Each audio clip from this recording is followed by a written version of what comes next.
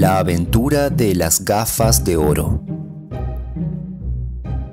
Cuando contemplo los 3 abultados volúmenes de manuscritos que contienen nuestros trabajos del año 1894, debo confesar que ante tal abundancia de material, resulta muy difícil seleccionar los casos más interesantes en sí mismos, y que al mismo tiempo permitan poner de manifiesto las peculiares facultades que dieron fama a mi amigo. Al hojear sus páginas, veo las notas que tomé acerca de la repulsiva historia de la sanguijuela roja y la terrible muerte del banquero Crosby. Encuentro también un informe sobre la tragedia de Addleton y el extraño contenido del antiguo túmulo británico.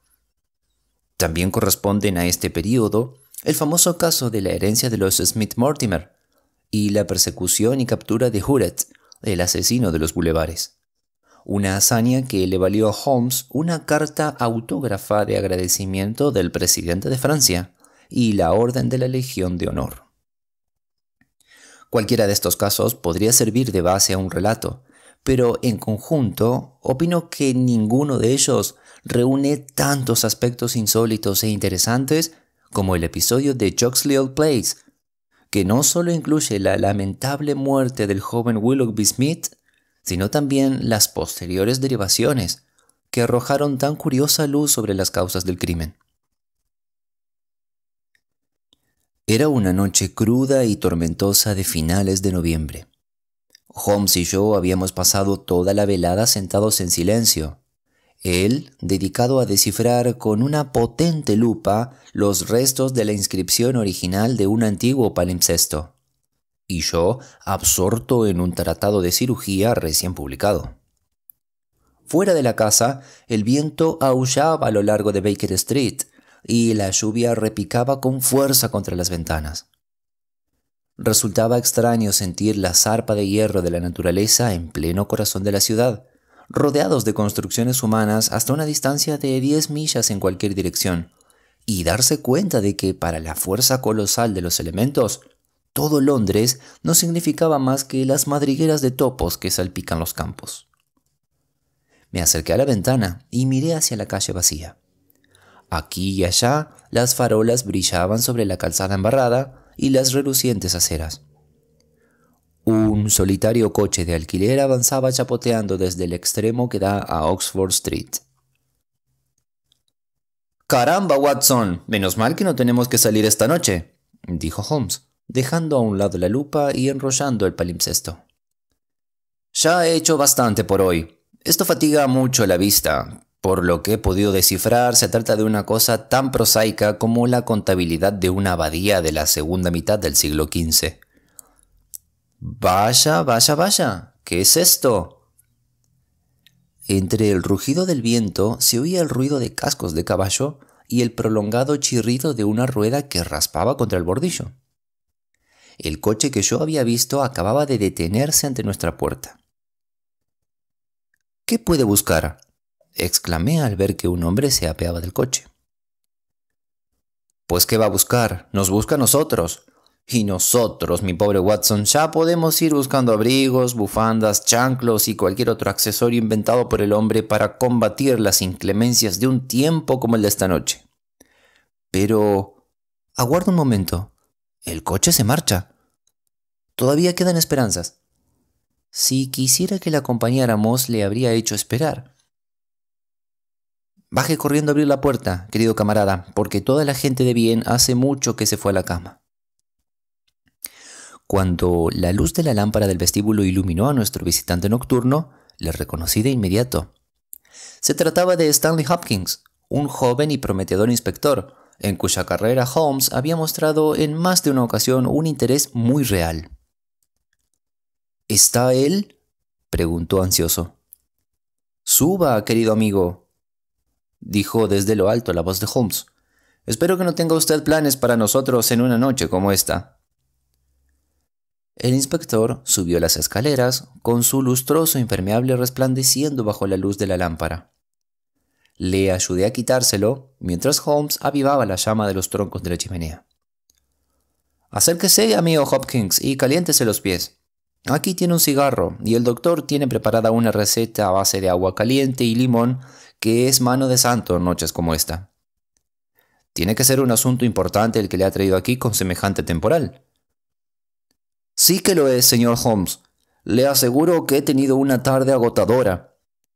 ¿Ha visto algo sobre el caso de Joxley en las últimas ediciones de los periódicos? Hoy no he visto nada posterior al siglo XV. Bueno, no se ha perdido nada porque solo venía un parrafito y todo está equivocado. No he dejado que crezca la hierba bajo mis pies. La cosa ha ocurrido en Kent, a 7 millas de Chatham y 3 de la estación de ferrocarril. Me telegrafiaron a las 3:15. Llegué a Joxley Old Place a las 5, llevé a cabo mis investigaciones, regresé a Charing Cross en el último tren y vine directamente en coche a verlo usted. Lo cual significa, según creo entender, que no ve usted del todo claro el asunto. Significa que no le encuentro ni pies ni cabeza. Por lo que he podido ver, se trata del caso más embarullado que jamás me haya tocado en suerte, y eso que al principio parecía tan sencillo que no ofrecía dudas. No hay móvil, señor Holmes. Eso es lo que me trae a maltraer, que no consigo encontrar un móvil. ¿Tenemos un muerto? Sobre eso no cabe ninguna duda. Pero por más que miro, no encuentro ninguna relación por la que alguien pudiera desearle algún mal al difunto. Holmes encendió su cigarro y se recostó en su asiento. A ver, cuéntenos, dijo. Para mí los hechos están muy claros, dijo Stanley Hopkins. Lo único que me falta saber es qué significan. La historia, por lo que he podido averiguar, es la siguiente. Hace unos 10 años, esta casa de campo, Joxley Old Place, fue alquilada por un hombre mayor que dijo llamarse el profesor Coram. Estaba inválido y se pasaba la mitad del tiempo en la cama y la otra mitad renqueando por la casa con un bastón o paseando por el jardín en una silla de ruedas empujada por el jardinero. Gozaba de las simpatías de los pocos vecinos que iban a visitarlo y tenía reputación de ser muy culto. Su servicio doméstico lo componían una anciana ama de llaves, la señora Marker, y una doncella llamada Susan Tarleton. Las dos están con él desde que llegó y las dos parecen ser excelentes personas. El profesor está escribiendo un libro erudito y hace cosa de un año tuvo necesidad de contratar un secretario. Los 2 primeros que encontró fueron sendos fracasos, pero el tercero, un joven recién salido de la universidad llamado Willoughby Smith, parece que era justo lo que el profesor andaba buscando. Su trabajo consistía en escribir durante toda la mañana lo que el profesor le dictaba, después de lo cual solía pasearse buscando referencias y textos relacionados con la tarea del día siguiente. Este Willoughby Smith no tiene ningún antecedente negativo, ni de muchacho en Uppingham ni de joven en Cambridge. He leído sus certificados y parecen indicar que ha sido siempre un tipo decente, callado y trabajador, sin ninguna mancha en su historial. Y, sin embargo, este es el joven que ha encontrado la muerte esta mañana en el despacho del profesor, en circunstancias que solo pueden interpretarse como asesinato. El viento aullaba y gemía en las ventanas. Holmes y yo nos acercamos más al fuego, mientras el joven inspector, poco a poco y con todo detalle, iba desgranando su curioso relato. Aunque buscásemos por toda Inglaterra, continuó, no creo que pudiéramos encontrar una casa más aislada del mundo y libre de influencias exteriores. Podían pasar semanas enteras sin que nadie cruzara la puerta del jardín. El profesor vivía absorto en su trabajo y no existía para él nada más. El joven Smith no conocía a nadie en el vecindario y llevaba una vida muy similar a la de su jefe. Las 2 mujeres no salían para nada de la casa. Mortimer, el jardinero, el que empujaba la silla de ruedas, es un pensionista del ejército, un veterano de Crimea de conducta intachable. No vive en la casa, sino en una casita de 3 habitaciones al otro extremo del jardín. Estas son las únicas personas que uno puede encontrar en los terrenos de Joxley Old Place. Por otra parte, la puerta del jardín está a 100 yardas de la carretera principal de Londres a Chatham. Se abre con un pestillo y no hay nada que impida que alguien entre.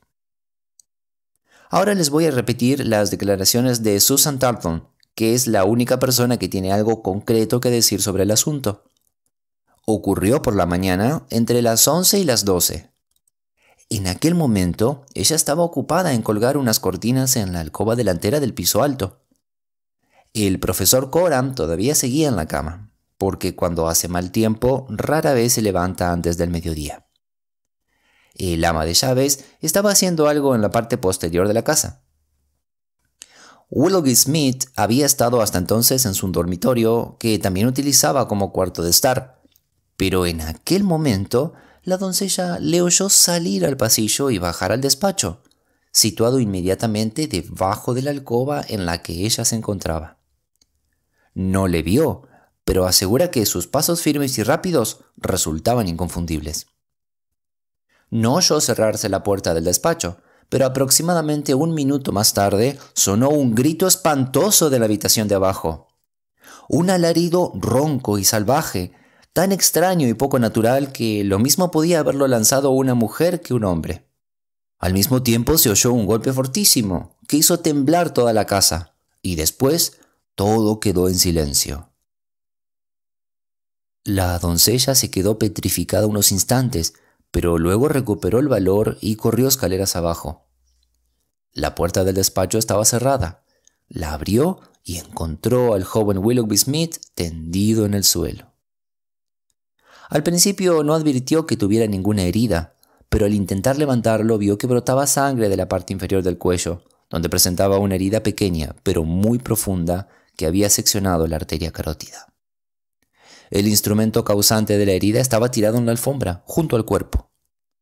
Se trataba de uno de esos cuchillitos para el lacre que suele haber en los escritorios antiguos, con mango de marfil y hoja muy rígida. Formaba parte de la escribanía de la mesa del profesor. Al principio, la doncella creyó que el joven Smith estaba ya muerto, pero cuando le echó un poco de agua de una garrafa por la frente, Smith abrió los ojos por un instante y murmuró: «El profesor, ha sido ella». La doncella está dispuesta a jurar que esas fueron las palabras exactas. El hombre hizo esfuerzos desesperados por decir algo más y llegó a levantar la mano derecha, pero cayó definitivamente muerto. Mientras tanto, el ama de llaves había llegado también al despacho, aunque demasiado tarde para oír las últimas palabras del moribundo. Dejando a Susan con el cadáver, corrió a la habitación del profesor. Este se encontraba sentado en la cama, terriblemente alterado, porque había oído lo suficiente para darse cuenta de que había ocurrido algo espantoso. La señora Marker está dispuesta a jurar que el profesor todavía tenía puesta su ropa de cama, y lo cierto es que le resulta imposible vestirse sin la ayuda de Mortimer, que tenía orden de presentarse a las 2 en punto. El profesor declara haber oído el grito a lo lejos, pero dice no saber nada más. No acierta a explicar las últimas palabras del joven. El profesor ha sido ella, pero supone que fueron producto del delirio. Está convencido de que Willoughby Smith no tenía ningún enemigo en el mundo y no puede explicarse los motivos del crimen. Lo primero que hizo fue enviar a Mortimer, el jardinero, a avisar a la policía local. Poco después, el jefe del puesto me hacía llamar a mí. Nadie tocó nada hasta que yo llegué y se dieron órdenes estrictas de que nadie anduviera por los senderos que conducen a la casa. Era una ocasión espléndida para poner en práctica sus teorías, señor Holmes. No faltaba nada.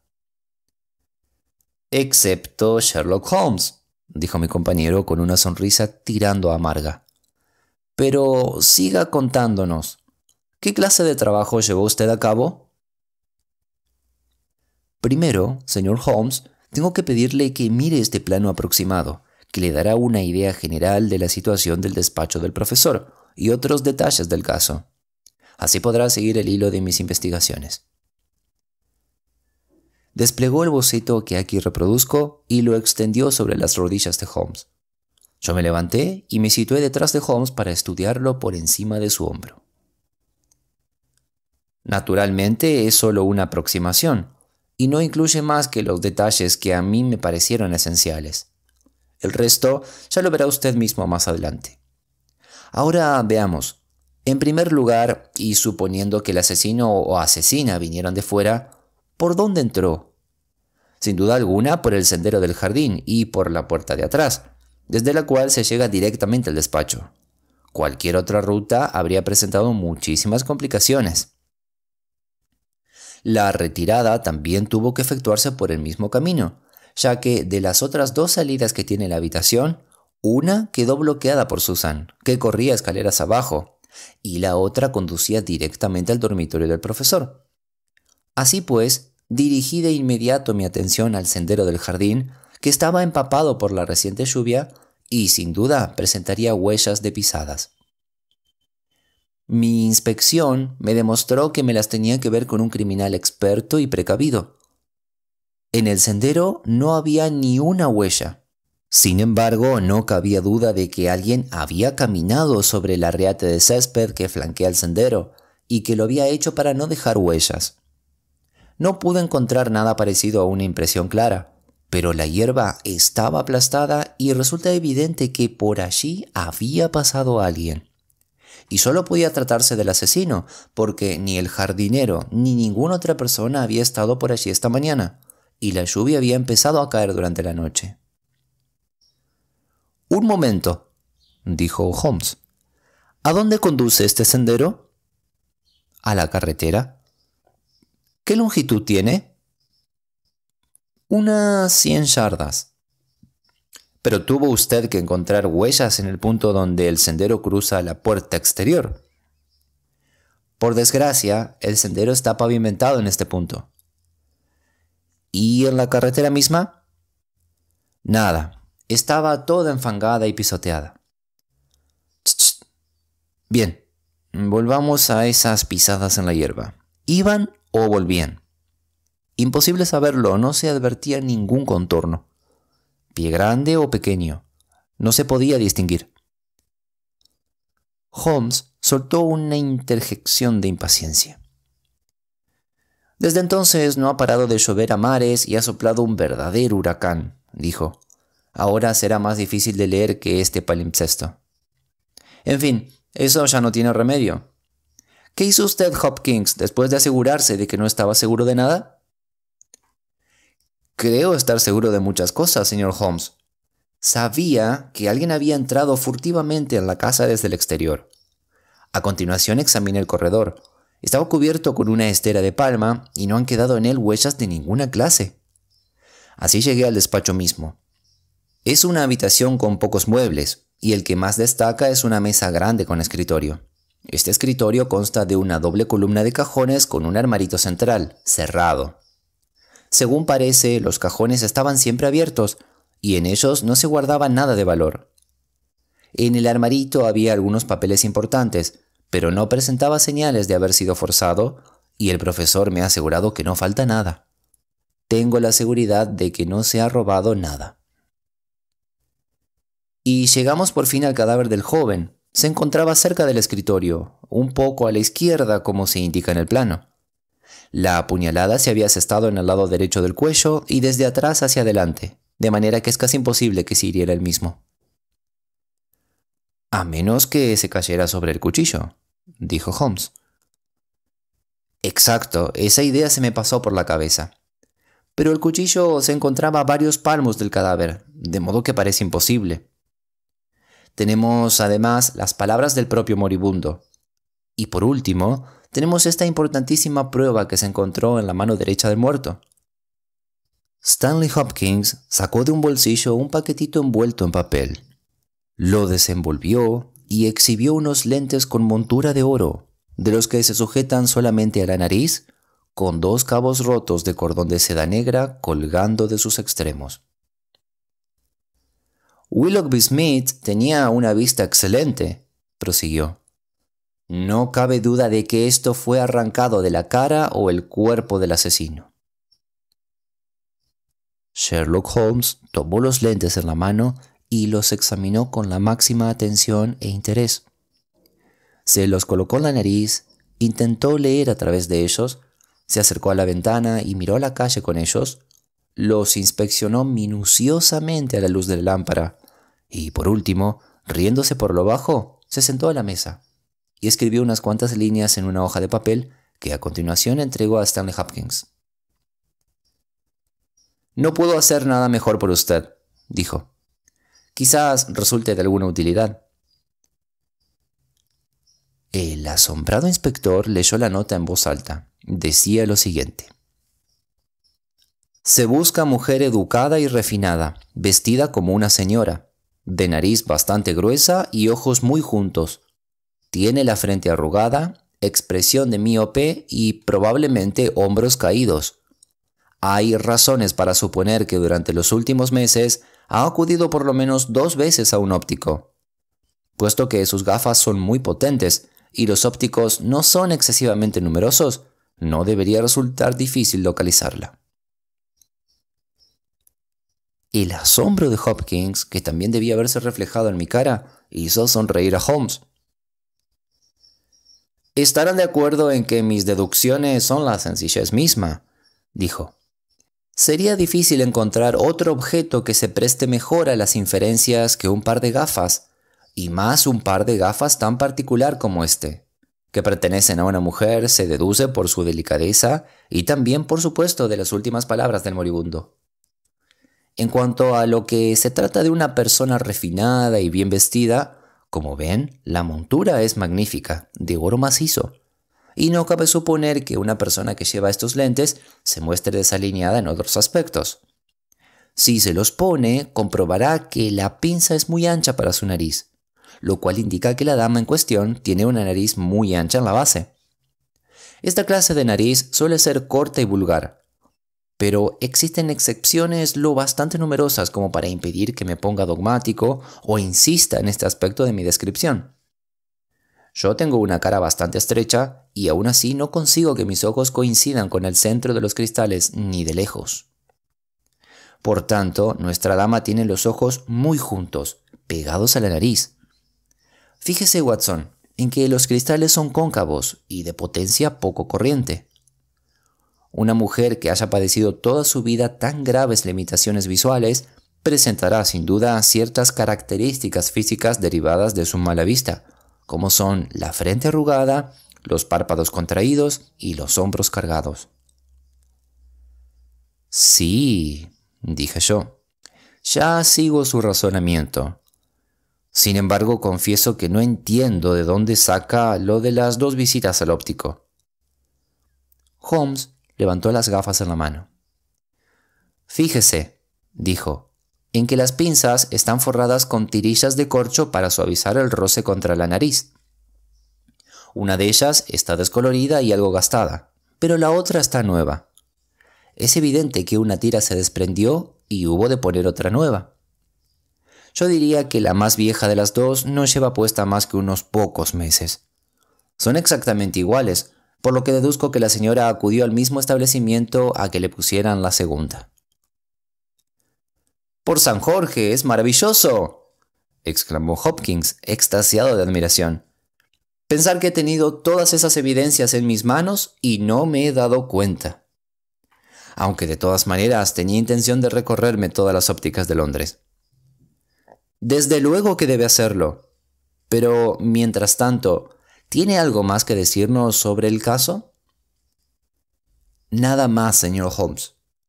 Creo que ahora ya sabe tanto como yo, probablemente más.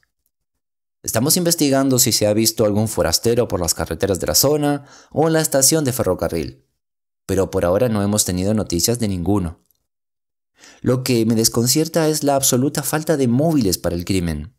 Nadie es capaz de sugerir ni la sombra de un motivo».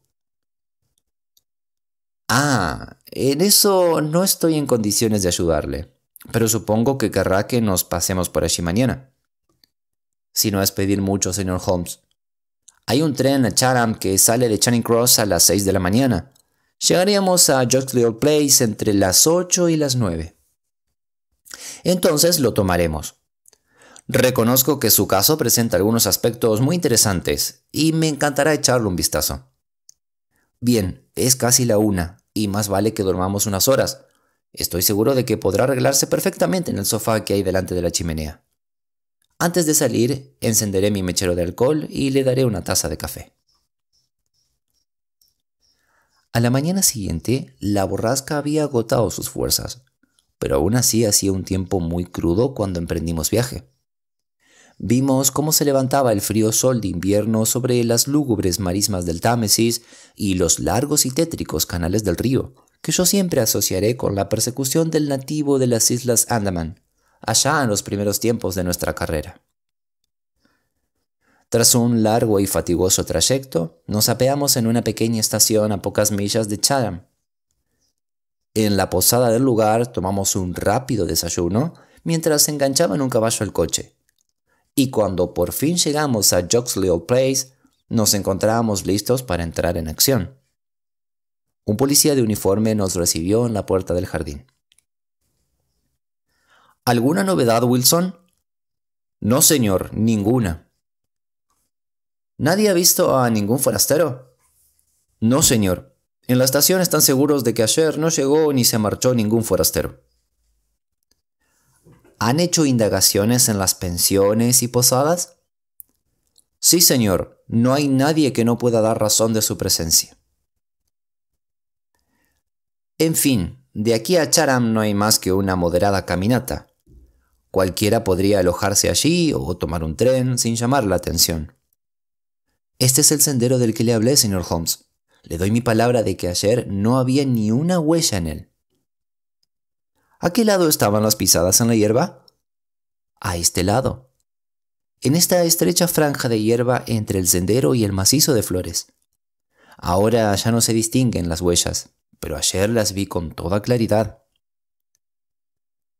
Sí, por aquí ha pasado alguien, dijo Holmes agachándose junto al césped. Nuestra dama ha tenido que ir pisando con mucho cuidado, ¿no cree? Porque por un lado habría dejado huellas en el sendero, y por el otro las habría dejado aún más claras en la tierra blanda del macizo de flores. Sí, señor. Debe de tratarse de una mujer con mucha sangre fría. Advertí en el rostro de Holmes un momentáneo gesto de concentración. ¿Dice usted que tuvo que regresar por este mismo camino? Sí, señor, no hay otro. ¿Por esta misma franja de hierba? Pues claro, señor Holmes. Una hazaña notable, muy notable. Bien, creo que ya hemos agotado las posibilidades del sendero. Sigamos adelante. Supongo que esta puerta del jardín se suele dejar abierta, ¿no? Con lo cual la visitante no tenía más que entrar. No traía intenciones de asesinar a nadie, pues en tal caso habría venido provista de alguna clase de arma, en lugar de tener que recurrir a este cuchillito del escritorio. Avanzó por este corredor sin dejar huellas en la estera de palma y vino a parar en este despacho. ¿Cuánto tiempo estuvo aquí? No tenemos manera de saberlo. Unos pocos minutos como máximo, señor. Me olvidé de decirle que la señora Marker, el ama de llaves, había estado limpiando aquí poco antes, como un cuarto de hora, según me contó ella. Bien, eso nos permite fijar un límite. Nuestra dama entra en la habitación y ¿qué hace? Se dirige al escritorio. ¿Para qué? No le interesa nada de los cajones. Si hubiera en ellos algo que valiera la pena robar, no los habrían dejado abiertos. No, ella busca algo en ese armario de madera. Ajá. ¿Qué es este rasponazo en la superficie? Alúmbreme con una cerilla, Watson. ¿Por qué no me dijo nada de esto, Hopkins? La señal que estaba examinando comenzaba en la chapa de latón a la derecha del ojo de la cerradura y se prolongaba unas 4 pulgadas, rayando el barniz de la madera. Ya me fijé en eso, señor Holmes, pero siempre se encuentran marcas alrededor del ojo de la cerradura. Esta es reciente, muy reciente. Mire cómo brilla el latón en los bordes de la raya. Si la señal fuera vieja, tendría el mismo color que la superficie. Obsérvelo con mi lupa. También el barniz tiene como polvillo a los lados del arañazo. ¿Está por aquí la señora Marker? Una mujer mayor, de expresión triste, entró en la habitación. ¿Le quitó usted el polvo ayer por la mañana a este escritorio? Sí, señor. ¿Se fijó usted en este rasponazo? No, señor, no me fijé. Estoy seguro de ello, porque el plumero se habría llevado este polvillo de barniz. ¿Quién guarda la llave de este escritorio? La tiene el profesor, colgada en su cadena de reloj. ¿Es una llave corriente? No, señor, es una llave Chap. Muy bien, puede retirarse, señora Marker. Ya vamos progresando algo. Nuestra dama entra en el despacho, se dirige al escritorio y lo abre, o al menos intenta abrirlo. Mientras está ocupada en esta operación, entra el joven Willoughby Smith. En sus prisas por retirar la llave, la dama hace esta señal en la puerta. Smith la sujeta y ella, echando mano del objeto más próximo, que resulta ser este cuchillo, le golpea para obligarle a soltar su presa. El golpe resulta mortal. Él cae y ella escapa, con o sin el objeto que había venido a buscar. ¿Está aquí Susan la doncella? ¿Podría haber salido alguien por esa puerta después que usted oyera el grito, Susan? No, señor, es imposible. Antes de bajar la escalera habría visto a quien fuera en el pasillo. Además, la puerta no se abrió, porque yo lo habría oído. Eso descarta esta salida. Así pues, no cabe duda de que la dama se marchó por donde había venido. Tengo entendido que este otro pasillo conduce a la habitación del profesor. ¿No hay ninguna salida por aquí? No, señor. Sigamos por aquí y vayamos a conocer al profesor. ¡Caramba, Hopkins! Esto es muy importante, pero que muy importante. El pasillo del profesor también tiene una estera de palma. Bueno, ¿y eso qué?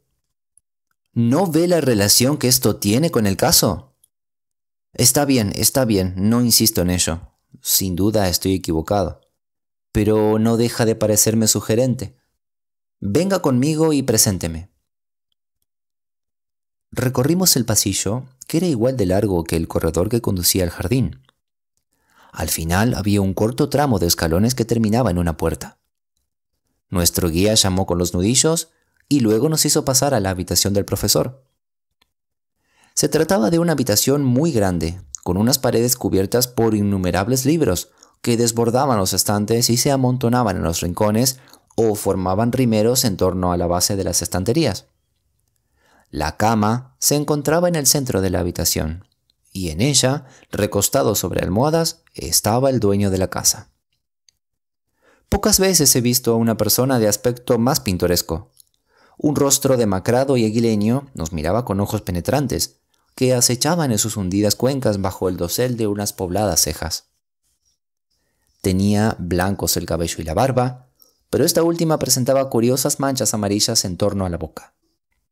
Entre la maraña de pelo blanco brillaba un cigarrillo, y el aire de la habitación apestaba a humo rancio de tabaco. Cuando le tendió la mano a Holmes, advertí que también la tenía manchada de amarillo por la nicotina. ¿Fuma usted, señor Holmes?, dijo hablando un inglés esmerado y con un cierto tonillo de afectación. Coja un cigarrillo, por favor. ¿Y usted, caballero? Puedo recomendárselos, porque los prepara especialmente para mí Iónides de Alejandría. Me envía 1000 cada vez, y deploro tener que confesar que encargo un nuevo suministro cada 15 días. Mala cosa, señores, mala cosa, pero un anciano tiene pocos placeres a su alcance.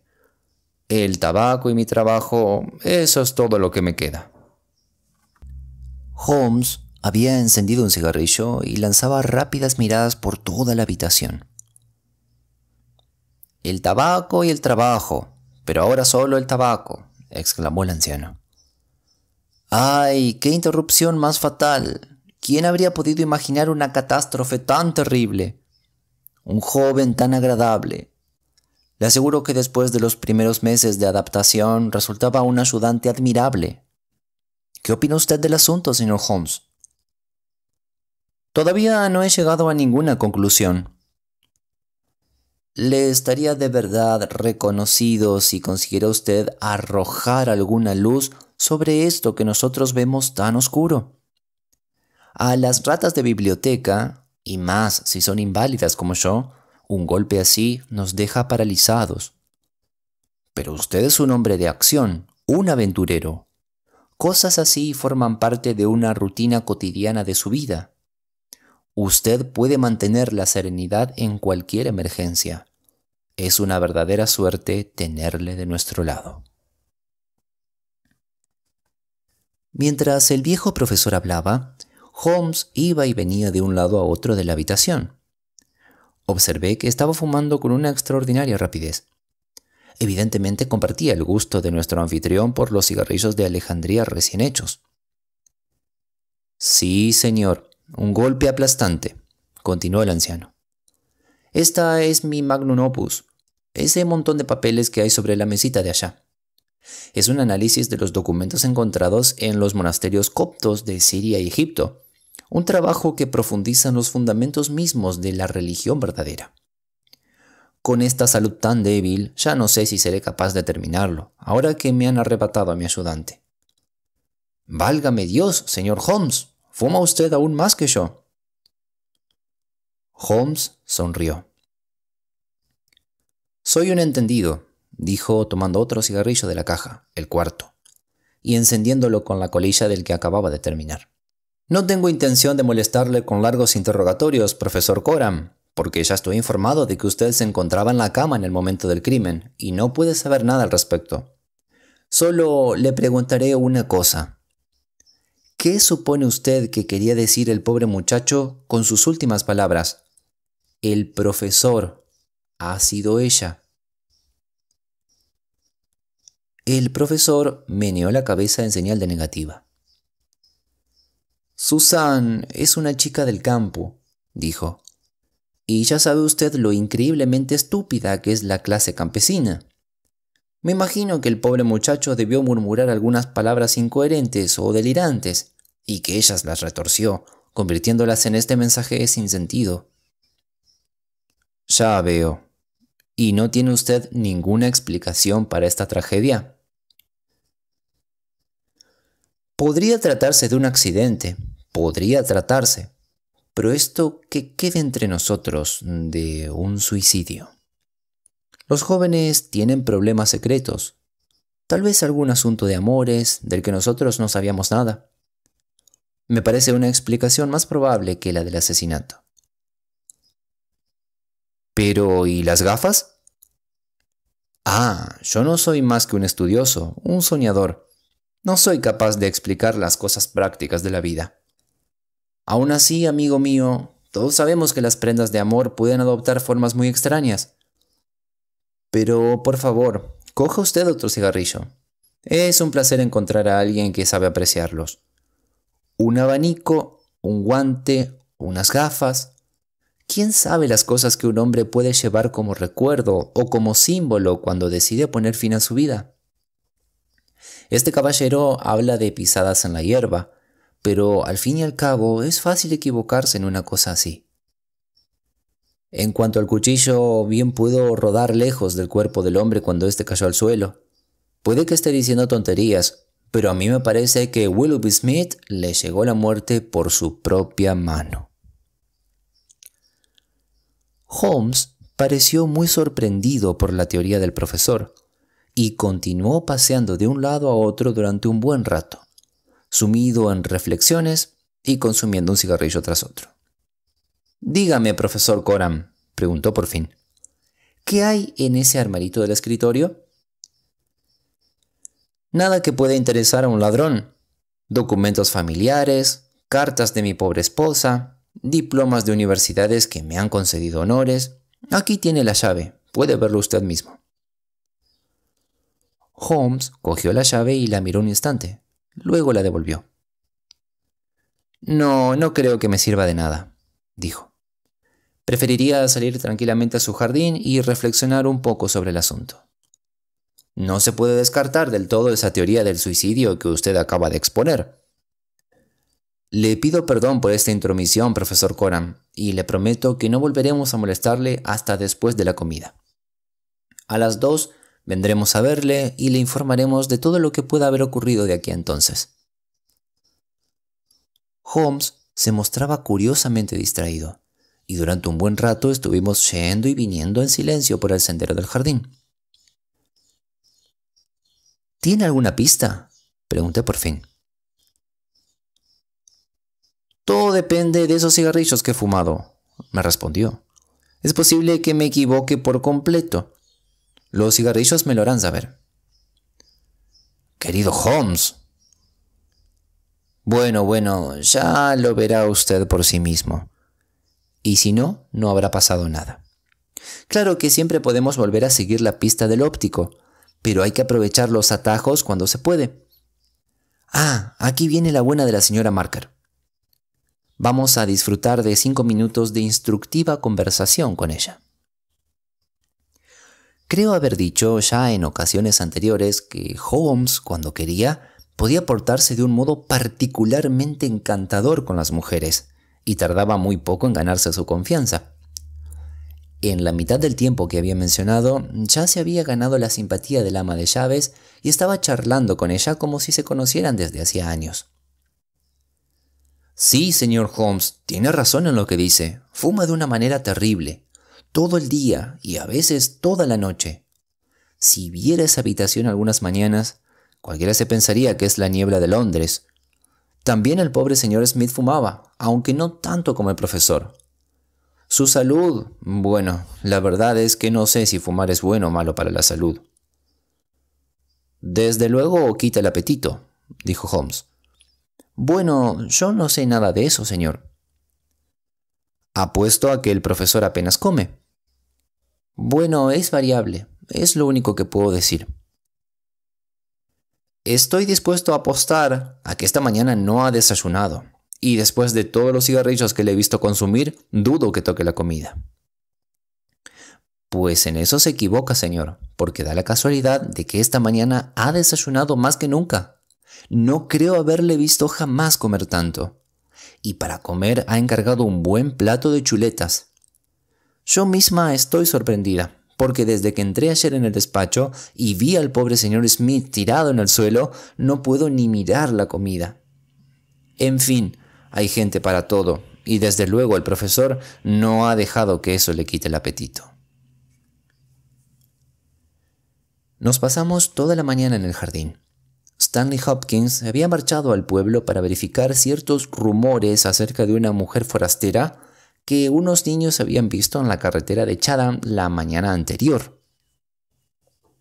En cuanto a mi amigo, toda su habitual energía parecía haberle abandonado. Jamás le había visto ocuparse de un caso de una manera tan desganada.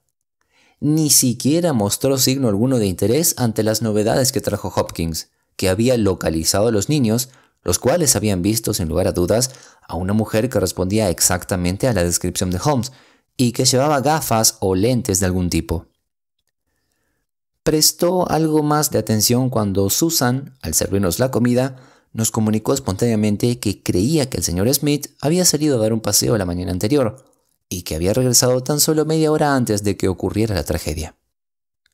A mí se me escapaba el significado de tal incidente, pero me di perfecta cuenta de que Holmes lo estaba incorporando al plan general que tenía trazado en el cerebro. De pronto, se levantó de su silla y consultó su reloj. «Las 2 en punto, caballeros», dijo. «Vamos a liquidar este asunto con nuestro amigo el profesor». El anciano acababa de terminar de comer, y desde luego su plato vacío daba testimonio del buen apetito que le había atribuido su ama de llaves. Presentaba un aspecto verdaderamente estrafalario cuando volvió hacia nosotros su blanca melena y sus ojos relucientes. En su boca ardía el sempiterno cigarrillo. Se había vestido y estaba sentado en una butaca junto a la chimenea. «¿Y bien, señor Holmes, ha resuelto ya este misterio?». empujó hacia mi compañero la gran lata de cigarrillos que tenía a su lado sobre una mesa. Holmes extendió el brazo en ese mismo instante y entre los dos hicieron caer la caja al suelo. Todos nos pasamos un par de minutos de rodillas, recogiendo cigarrillos de los sitios más impensables. Cuando por fin nos incorporamos, advertí que a Holmes le brillaban los ojos y que sus mejillas estaban teñidas de color. Solo en los momentos críticos había yo visto ondear aquellas banderas de batalla. «Sí», dijo, «lo he resuelto». Stanley Hopkins y yo lo miramos asombrados. En las demacradas facciones del viejo profesor se produjo un temblor que parecía vagamente una sonrisa burlona. «¿De verdad? ¿En el jardín?» «No, aquí mismo». «¿Aquí? ¿Cuándo?» «En este preciso instante». «Es una broma, señor Sherlock Holmes. Me fuerza usted a decirle que este asunto es demasiado serio para tratarlo tan a la ligera. He forjado y puesto a prueba todos los eslabones de mi cadena, profesor Coram, y estoy seguro de que es sólida. Lo que aún no puedo decir es cuáles son sus motivos y qué papel exacto desempeña usted en este extraño asunto. Pero probablemente dentro de unos pocos minutos lo oiremos de su propia boca. Mientras tanto, voy a reconstruir para usted lo sucedido, de manera que sepa cuál es la información que aún me falta. Ayer entró una mujer en su despacho. Vino con la intención de apoderarse de ciertos documentos que estaban guardados en su escritorio. Disponía de una llave propia. He tenido oportunidad de examinar la suya y no presenta la ligera descoloración que habría producido la rozadura contra el barniz. Así pues, usted no participó en su entrada y por lo que yo he podido interpretar, ella vino sin que usted lo supiese, con intención de robarle. El profesor lanzó una nube de humo.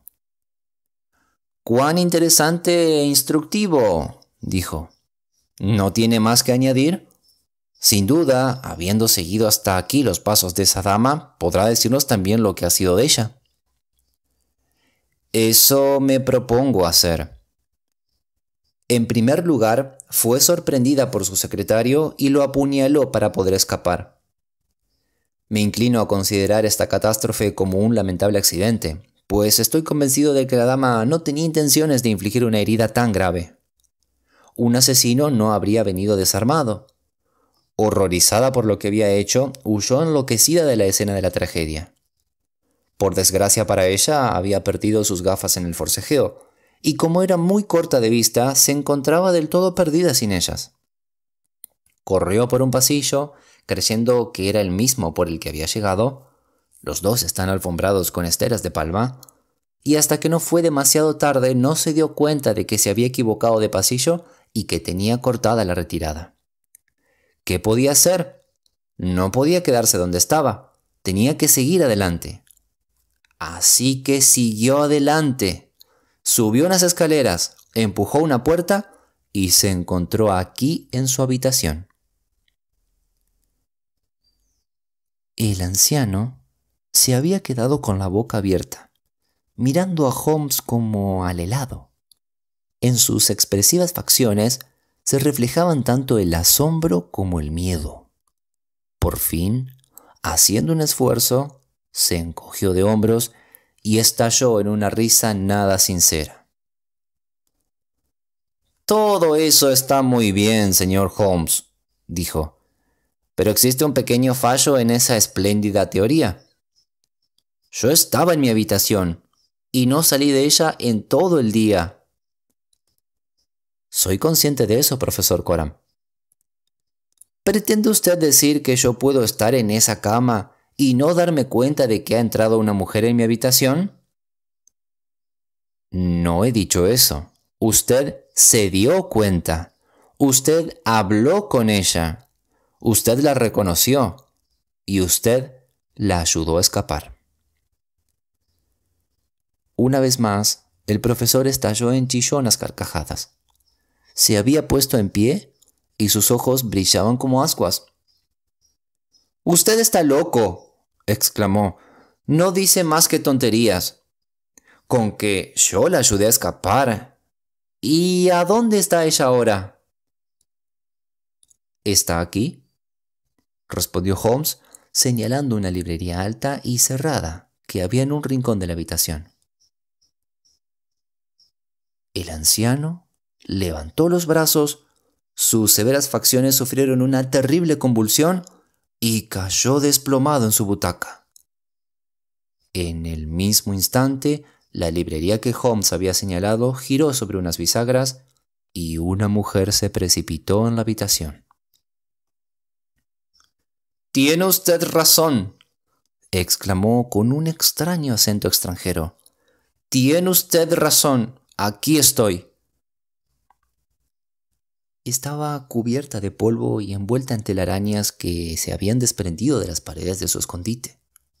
También su rostro estaba tiznado de suciedad, pero ni en las mejores condiciones habría sido hermoso, ya que presentaba exactamente todas las características físicas que Holmes había adivinado, con el añadido de una larga y obstinada mandíbula. A causa de su natural miopía, agravada por el súbito paso de las tinieblas a la luz, se había quedado como deslumbrada, parpadeando para tratar de distinguir dónde estábamos y quiénes éramos. Y sin embargo, a pesar de todos estos inconvenientes, había cierta nobleza en el porte de aquella mujer, cierta gallardía en su desafiante mandíbula y su cabeza erguida que despertaban algo de respeto y admiración. Stanley Hopkins le había puesto la mano sobre el brazo, declarándola detenida. Pero ella le hizo a un lado, con suavidad, pero con una dignidad tan dominante que imponían obediencia. El anciano se echó hacia atrás en su asiento, con el rostro crispado, y la miró con ojos afligidos. «Sí, señores, estoy en sus manos», dijo. «Desde donde estaba he podido oírlo todo y he comprendido que ha averiguado la verdad. Lo confieso todo. Yo maté a ese joven».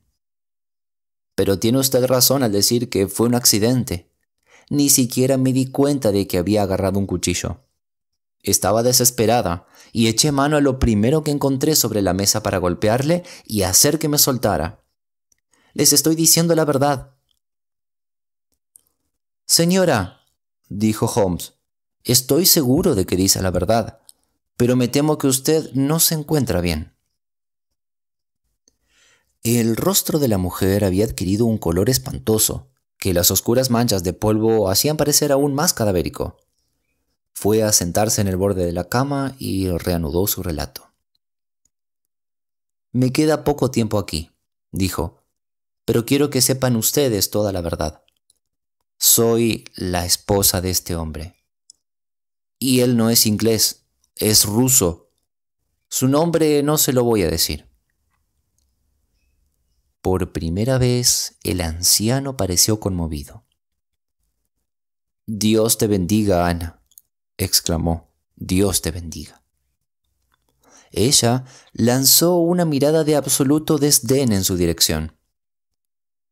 «¿Por qué sigues empeñado en aferrarte a esa vida miserable, Sergius?», dijo.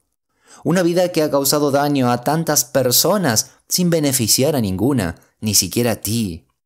Sin embargo, no es asunto mío romper ese frágil hilo antes del momento que Dios decida. Ya he cargado con bastante peso sobre mi conciencia desde que atravesé el umbral de esta maldita casa. Pero tengo que hablar antes de que sea demasiado tarde. Como he dicho, caballeros, soy la esposa de este hombre.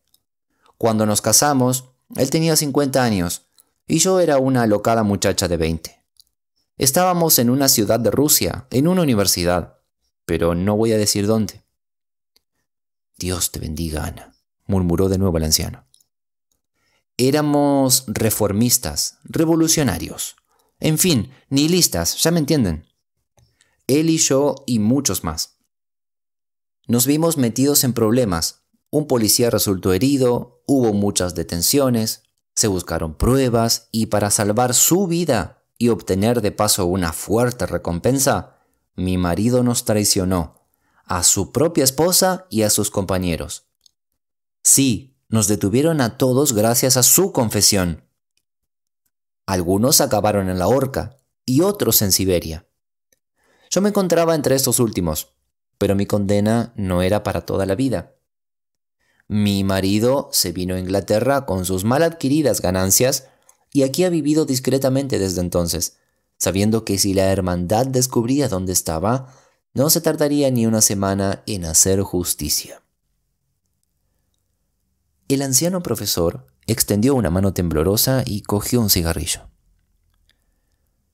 «Estoy en tus manos, Ana», dijo.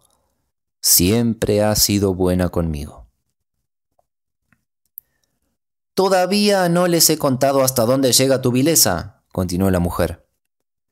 «Entre nuestros camaradas de la hermandad había uno que era mi amigo del alma. Era noble, generoso, atento, todo lo que mi marido no era. Odiaba la violencia. Todos nosotros éramos culpables, si es que se puede hablar de culpa, menos él. Me escribía constantes cartas tratando de disuadirme de seguir por aquel camino. Aquellas cartas le habrían salvado, y también mi diario, donde yo iba dejando constancia día a día de mis sentimientos hacia él y de las opiniones de cada uno. Mi marido encontró las cartas, el diario y los escondió. Juró todo lo que hizo falta jurar para que condenaran a Alexis a la muerte. No consiguió sus propósitos, pero lo enviaron a Siberia, donde aún sigue trabajando en una mina de sal. Piensa en ello, canalla, más que canalla. Ahora mismo, en este preciso instante, Alexis, un hombre cuyo nombre no eres digno ni de pronunciar, lleva una vida de esclavo, y sin embargo, tengo tu vida en mis manos y te dejo vivir. Siempre has sido noble, Ana, dijo el anciano sin dejar de chupar su cigarrillo. La mujer se había puesto en pie, pero se dejó caer de nuevo con un gemido de dolor. Tengo que terminar, dijo. Cuando cumplí mi condena, me propuse recuperar el diario y las cartas para hacerlos llegar al gobierno ruso y conseguir la puesta en libertad de mi amigo. Sabía que mi esposo había venido a Inglaterra. Me pasé meses haciendo averiguaciones y al fin descubrí su paradero.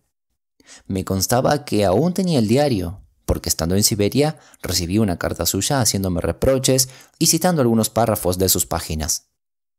Sin embargo, conociendo su carácter vengativo, estaba segura de que jamás me lo devolvería de buen grado. Tenía que apoderarme de él por mis propios medios. Con este objeto, acudí a una agencia de detectives privados y contraté a un agente, que se introdujo en la casa de mi marido como secretario. Fue tu segundo secretario, Sergius, el que te dejó de manera tan precipitada. Este hombre descubrió que los documentos se guardaban en el escritorio y sacó un molde de la llave. No quiso pasar de ahí. Me proporcionó un plano de la casa y me dijo que por la mañana el despacho estaba siempre vacío, porque el secretario trabajaba aquí arriba. Así pues, hice acopio de valor y vine a recuperar los papeles con mis propias manos. Lo conseguí, pero ¿a qué precio? Acababa de apoderarme de los papeles y estaba cerrando el armario cuando aquel joven me agarró. Ya nos habíamos visto aquella misma mañana. Nos encontramos en la carretera y yo le pregunté dónde vivía el profesor Coram, sin saber que era empleado suyo. ¡Exacto! ¡Eso es!, exclamó Holmes.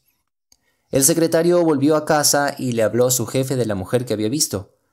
Y luego, con su último aliento, intentó transmitir el mensaje de que había sido ella, la ella de la que acababa de hablar con el profesor. «Tiene que dejarme hablar», dijo la mujer en tono imperativo, mientras su rostro se contraía como por efecto del dolor. Cuando él cayó al suelo, yo salí corriendo, pero me equivoqué de puerta y fui a parar a la habitación de mi marido. Él amenazó con entregarme. Yo le dije que si lo hacía, su vida estaba en mis manos. Si él me delataba a la policía, yo le delataría a la hermandad. Si yo quería vivir, no era pensando en mí misma, sino porque deseaba cumplir mi propósito. Él sabía que yo cumpliría mi amenaza, que su propio destino estaba ligado al mío. Por esta razón, y no por otra, me encubrió. Me metió en ese oscuro escondite, una reliquia de otros tiempos que solo él conocía. Pidió que le sirvieran las comidas en su habitación, y así pudo darme partes de las mismas. Quedamos de acuerdo en que en cuanto la policía dejase la casa, yo me escabulliría por la noche y me marcharía para no volver más. Pero no sé cómo, parece que usted ha adivinado nuestros planes. Sacó un paquetito de la pechera de su vestido y continuó. Estas son mis últimas palabras. Aquí está el paquete que salvará a Alexis. Lo confío a su honor y su sentido de la justicia. Tómelo y entréguenlo a la embajada rusa. Y ahora que ya he cumplido con mi deber, yo... ¡Quieta!, gritó Holmes, atravesando la habitación de un salto y arrebatándole de la mano un frasquito. Demasiado tarde, dijo ella derrumbándose en la cama. Demasiado tarde. Tomé el veneno antes de salir de mi escondite. Me da vueltas la cabeza. Me voy. Confío en usted, señor. Acuérdese del paquete. Un caso sencillo, pero muy instructivo en ciertos aspectos, comentó Holmes durante el viaje de regreso a Londres. Desde un principio todo giraba en torno a las gafas. De no haberse dado la afortunada circunstancia de que el moribundo se quedara con ellas, no sé si habríamos conseguido hallar la solución. Al ver la potencia que tenían las lentes, comprendí enseguida que su propietaria tenía que haber quedado ciega e indefensa al verse privada de ellas. Cuando usted pretendió hacerme creer que una persona así pudo recorrer una estrecha franja de césped sin dar ni un solo paso en falso, le comenté, como recordará, que me parecía una verdadera hazaña. Por mi parte, decidí que se trataba de una hazaña imposible, a menos que dispusiera de un segundo par de gafas, lo cual parecía muy improbable. En consecuencia, me vi obligado a considerar seriamente la hipótesis de que se hubiera quedado dentro de la casa. Al observar la semejanza entre los dos corredores, comprendí que era muy probable que la mujer se hubiera equivocado, en cuyo caso era evidente que habría ido a parar a la habitación del profesor. De manera que me puse ojo avisor ante cualquier cosa que pudiera apoyar esta suposición y examiné cuidadosamente la habitación en busca de algún posible escondite. La alfombra parecía de una sola pieza y bien clavada, así que descarté la idea de una trampilla en el suelo. Pero podía existir un hueco detrás de los libros. Como saben, estos dispositivos eran frecuentes en las antiguas bibliotecas. Me fijé que había libros amontonados en el suelo por todas partes, y sin embargo quedaba una estantería vacía. Allí podía estar la puerta. No encontré ninguna huella que me orientara, pero la alfombra tenía un color parduzco que se presta muy bien al examen. Así que me fumé un montón de esos excelentes cigarrillos y dejé caer la ceniza por todo el espacio que quedaba delante de la librería sospechosa. Un truco muy sencillo, pero la mar de efectivo. Luego bajamos al jardín y delante de usted, Watson, aunque usted no se dio cuenta de la intención de mis preguntas, me cercioré de que el consumo de alimentos del profesor Coram había aumentado, como cabría esperar de quien tiene que alimentar a una segunda persona. Volvimos a subir a la habitación y me las arreglé para tirar la caja de cigarrillos, con lo que tuve ocasión de examinar el suelo de cerca y pude ver con toda claridad, por las huellas dejadas sobre la ceniza del cigarrillo, que durante nuestra ausencia la prisionera había salido de su agujero. Bien, Hopkins, hemos llegado a Charing Cross y le felicito por haber llevado el caso a tan feliz conclusión. Supongo que irá usted a la jefatura. Watson, creo que usted y yo nos daremos un paseo hasta la embajada rusa.